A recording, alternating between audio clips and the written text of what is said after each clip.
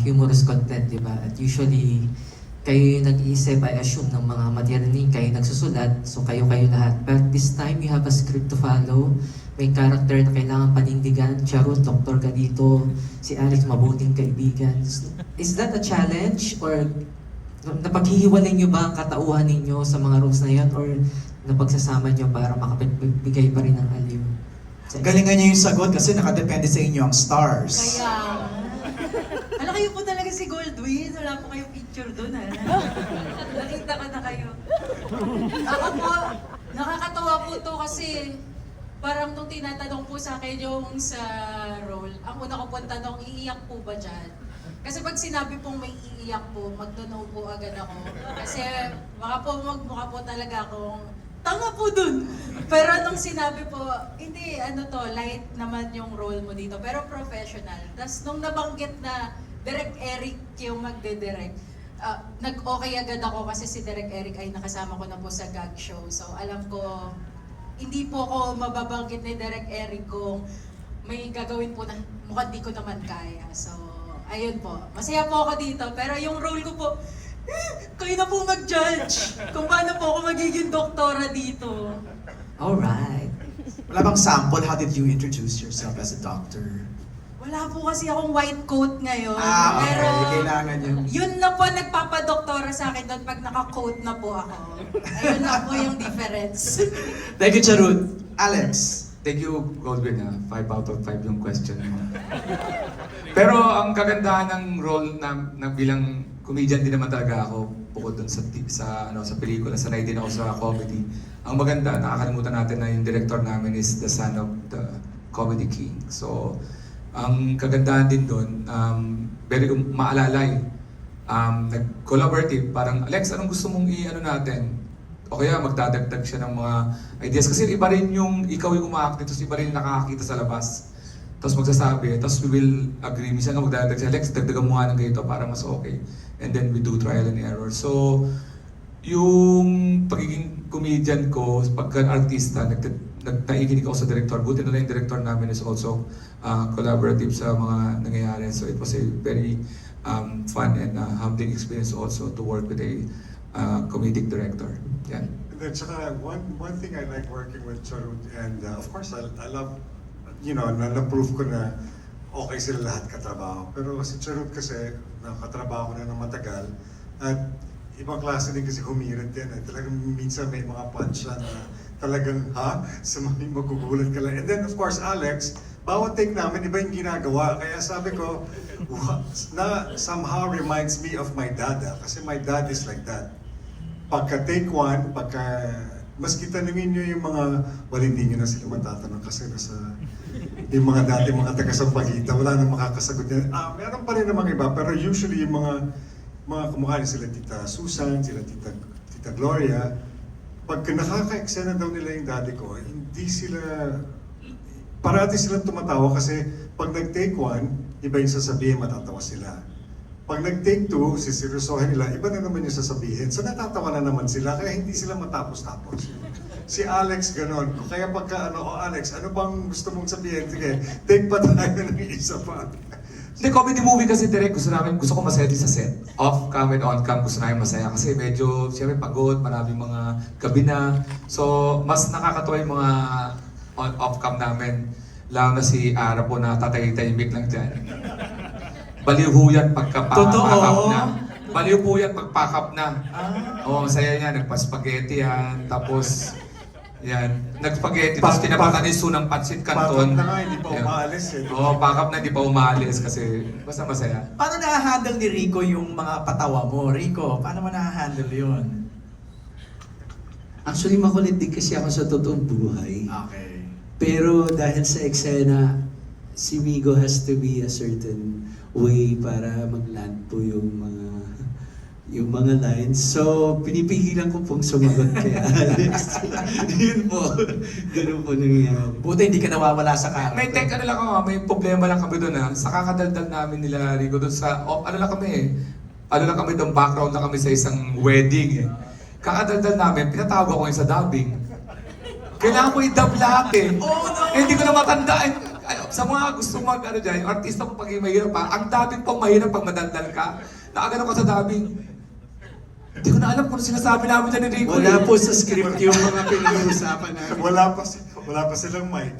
Wala kami, Mike. Kasi Wala si sa Direk, mga eh. tinututo kami ng ano, yun, tinawag ko dubbing. Sa oras kalahati ako sa dubbing. Madaldal ka, o, di mag-dubbing ka. Alright, Goldwyn. Last question. Para kay... Ay, happy ka ba? 5 out of 5 ang sagot? Tingnan ko. Tingnan mo pa. Okay, tama. Okay, next question. Para kay Matt, Ara, Jazz, Yasser, and Fan.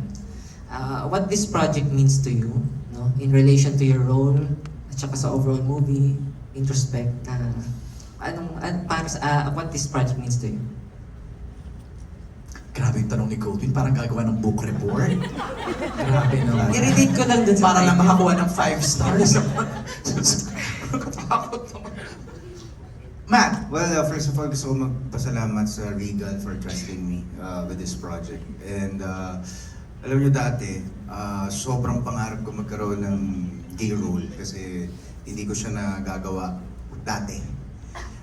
But ever since na napunta ako sa Bubblegum, lagi kong sinasabi sa mga friends ko na nung pumasok ako dun sa gag show na yun, nawala lahat ng hiya ko sa katawan ko.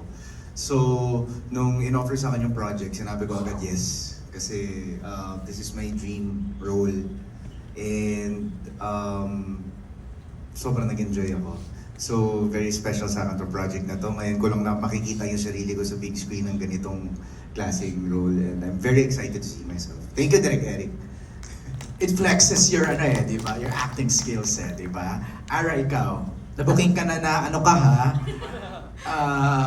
Iba ka rin ha? Go ahead. Ako rin gusto ko rin magpasalamat muna sa Regal. First ko pong pelikula po ito, by the way, kaya thank you po. Siguro, yung mga natutunan, yung mga na-reflect ko dun sa pelikula, isa rin po kasi akong trentahin. So, ngayon, nakikita-kita ko, kasama ko yung mga kaibigan ko na pinag-uusapan namin yung mga issues or ganitong mga bagay na may expiration yung mga babae.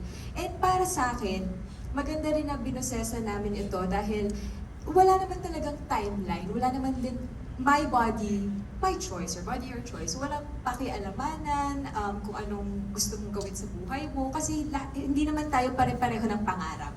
Hindi naman tayo pare-pareho ng plano sa buhay. Hindi naman tayo pare-pareho ng buhay. So, for me, important po na nakapag-address tayo ng ganitong klaseng pelikula. In this day and age, yan nga, nagiging problema na hindi naman dapat problemahin ng mga kababaihan or kalalakihan. Yung dapat at this age, may pamilya na ako, may anak na ako, may boyfriend na ako, may girlfriend na ako. Hindi naman dapat natin pinoproblema yun. Kasi kanya-kanya tayo ng journey sa buhay. Louder please, ika nga. Jazel. Hello po. So yun nga po, gusto din po magpasalamat sa Regal Entertainment. And same po with Miss Ara, this is my first time po na gumawa ng film. And yun, super kinakabahan po ako, pero it goes well naman po. So, this project po means a lot to me kasi as Miss Ara and Miss Sue said nga po, it talks about the different perspective and situations of women. Kala ko magpa-pageant answer si Jazel. Ready na ako I believe, magaganon si Jazel. Thank you, Jazel. Yes, sir. Ikaw naman. Ayan, thank you, Goldwyn. Yes, ako naman... 5 na kaagad, ha? 5 na yun, Goldwyn, Ako naman po, working with Regal, laging yes talaga. Kasi ilang few years back, ang dami ko na rin ginawa sa kanila from Lovers Liars to Regal Studio Presents. Hindi nila ako nakakalimutan at laging ang daming roles na bago sa akin. Kaya nung in-offer po itong Project Baby, nung nalaman ko, ako talaga, fan po talaga ako ng River Maya. Kaya sobrang, nung nalaman kong Rico, sabi ko, wow, hindi lang, ayoko lang ipakita, pero siya po talagang hero ko. Nagpa-fanboy ka na pala sa set, no? Grabe, siya parang ako, nung nakita sa personal, parang gusto kong sabihin lahat ng mga kanta niya, gusto kong makipag-jamming. Pero Nakakatawa.